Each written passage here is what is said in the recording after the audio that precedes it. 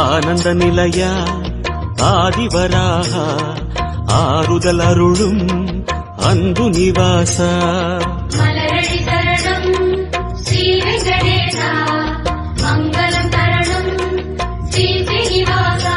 தலம் நாடி வந்தோமே தயை வேண்டி நின்றோமே, தலம் நாடி வந்தோமே தயை வேண்டி நின்றோமே, உடனே வருவாய் பெருமாளே.